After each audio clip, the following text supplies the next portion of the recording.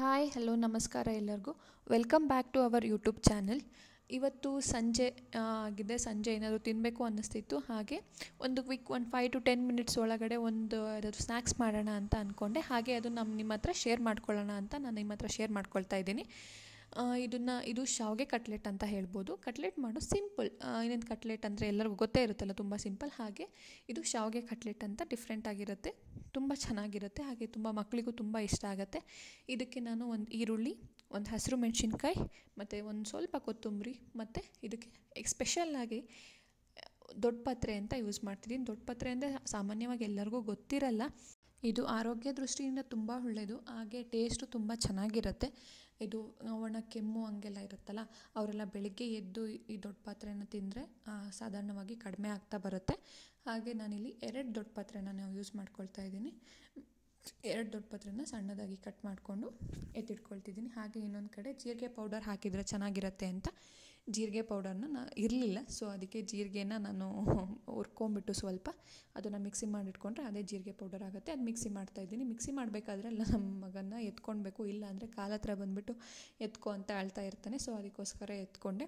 Next ಇನ್ನೊಂದು ಕಡೆ ಇನ್ನೊಂದು ಬೌಲಲ್ಲಿ ಕಾರ್ನ್ಫ್ಲೋರ್ ಅಥವಾ ಅಕ್ಕಿ ಹಿಟ್ಟು, ನೀವು ಯಾವುದಾದ್ರೂ ಯೂಸ್ ಮಾಡ್ಕೊಳ್ಳಿ, ಮನೇಲಿ ಯಾವುದಿರುತ್ತೆ ಅದನ್ನು ಯೂಸ್ ಮಾಡಿಕೊಂಡು ಅದಕ್ಕೆ ಸ್ವಲ್ಪ ನೀರು ಹಾಕಿಬಿಟ್ಟು ಮಿಕ್ಸ್ ಮಾಡಿ ಎತ್ತಿಟ್ಕೊಳ್ಳಿ. ನೆಕ್ಸ್ಟ್ ಇನ್ನೊಂದು ಕಡೆ ಶಾವಿಗೆ, ಅಕ್ಕಿ ಶಾವಿಗೆನೇ ಬೆಟರ್. ಇನ್ನೊಂದು ಥರ ಪಾಯಸ ಮಾಡ್ತೀವಲ್ಲ, ಆ ಶಾವಿಗೆ ಬಂದುಬಿಟ್ರೆ ಅದು ಸ್ವಲ್ಪ ಗಟ್ಟಿಯಾಗುತ್ತೆ. ಇದು ಅಕ್ಕಿ ಶಾವಿಗೆ ಬೆಟರು. ಇದನ್ನು ನಾವು ಸ್ವಲ್ಪ ಸಣ್ಣದಾಗಿ ಸ್ಮ್ಯಾಶ್ ಮಾಡ್ಕೋಬೇಕು. ಹಾಗೆ ಇನ್ನೊಂದು ಕಡೆ ಬೌಲಲ್ಲಿ ನಾನು ಆಲೂಗೆಡ್ಡೆ ತೊಗೊಂಡಿದ್ದೀನಿ. 2 ಆಲೂಗೆಡ್ಡೆನ ಬೇಯಿಸಿಟ್ಕೊಂಡಿದ್ದೆ, ಅದನ್ನು ಸ್ಮ್ಯಾಶ್ ಮಾಡಿಕೊಂಡು ಅದಕ್ಕೆ ಈರುಳ್ಳಿ, ಹಸಿರು ಮೆಣಸಿನ್ಕಾಯಿ, ಕೊತ್ತಂಬರಿ, ಕ್ಯಾರೆಟ್ ನಾನು ಯೂಸ್ ಮಾಡಿದ್ದೀನಿ ಮತ್ತು ದೊಡ್ಡ ಪಾತ್ರೆ. ನಿಮಗೆ ಇಷ್ಟೇ ಅಂತಲ್ಲ, ನಿಮಗೆ ಬೇಕಾದರೆ ಇನ್ನೂ ಬೀಟ್ರೋಟು ಯೂಸ್ ಮಾಡ್ಕೋಬೋದು. ಮತ್ತು ಆಲೂಗೆಡ್ಡೆ ಜೊತೆಗೆ ಬಟಾಣಿನೂ ಹಾಕ್ಕೊಂಡು ಬೇಯಿಸ್ಕೊಂಬಿಟ್ಟು ಅದನ್ನು ಸ್ಮ್ಯಾಶ್ ಮಾಡ್ಕೊಂಡು ಚೆನ್ನಾಗಿರುತ್ತೆ. ಮತ್ತು ನಾನು ಇಷ್ಟನ್ನು ಯೂಸ್ ಮಾಡ್ಕೊಳ್ತಾ ಇದ್ದೀನಿ. ಅದ್ರ ಜೊತೆಗೆ ಜೀರಿಗೆ ಪೌಡರ್, ಉಪ್ಪು, ಸ್ವಲ್ಪ ಖಾರದ ಪುಡಿ ಎಲ್ಲ ಹಾಕಿಬಿಟ್ಟು ಮಿಕ್ಸ್ ಮಾಡಿ ಎತ್ತಿಟ್ಕೊಳ್ತಾ ಇದ್ದೀನಿ. ತುಂಬ ಚೆನ್ನಾಗಿ ನೀಟಾಗಿ ಮಿಕ್ಸ್ ಮಾಡ್ಕೋಬೇಕು. ಹಾಗೆ ಆಲೂಗೆಡ್ಡೆ ಎಲ್ಲ ಗಂಟೆಲ್ಲ ಇರಬಾರ್ದು. ಹಾಗೆ ಇಷ್ಟೆಲ್ಲ ಮಾಡ್ಕೊಂಡಾದ್ಮೇಲೆ ಒಂದು ಕಡೆ ಗ್ಯಾಸಲ್ಲಿ ಎಣ್ಣೆನ ಕಾಯೋದಕ್ಕೆ ಬಿಡಿ. ಎಣ್ಣೆ ಸ್ವಲ್ಪ ನೀಟಾಗಿ ಕಾಯೋ ಅಷ್ಟರಲ್ಲಿ ನಾವು ಮತ್ತೆ ಅದನ್ನು ನೀಟಾಗಿ ಉಂಡೆ ಮಾಡ್ಕೊಳ್ಳೋಣ. ನಿಮಗೆ ಯಾವ ಶೇಪಲ್ಲಿ ಬೇಕು, ನಿಮಗೆ ಹೇಗೆ ಬೇಕು ಆ ಥರ ಉಂಡೆ ಮಾಡ್ಕೊಳ್ಳಿ. ನಾನು ಇದನ್ನು ವಡೆ ಥರನಾದರೂ ಮಾಡ್ಕೋಬೋದು, ಇಲ್ಲ ಉದ್ದುದ್ದ ದಪ್ಪ, ಹೆಂಗೆ ಬೇಕಾದರೂ ನಿಮ್ಮ ಇಷ್ಟ.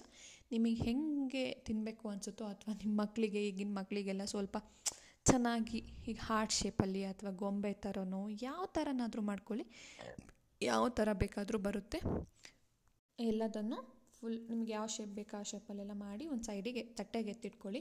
ಹಾಗೆ ಇದನ್ನೆಲ್ಲ ಮಾಡ್ಕೊಂಡಾದ್ಮೇಲೆ ನಾವು ಒಂದು ಸಪ್ರೇಟ್ ಬೌಲಲ್ಲಿ ಕಾರ್ನ್ಫ್ಲೋರ್ ಅಥವಾ ಅಕ್ಕಿ ಹಿಟ್ಟು ಮತ್ತು ನೀರು ಹಾಕಿ ಇಟ್ಟಿದ್ವಲ್ಲ, ಅದಕ್ಕೆ ನಾವು ಮಾಡಿರೋ ಅಂಥ ಶೇಪ್ ಬಂದಿರೋ ಅಂತಹ ಕಟ್ಲೆಟಿಂದು ಅದಕ್ಕೆ ಅದ್ಬಿಟ್ಟು ನೆಕ್ಸ್ಟು ಶಾವಿಗೆ ಒಳಗೆ ಪ್ರೆಸ್ ಮಾಡಿ.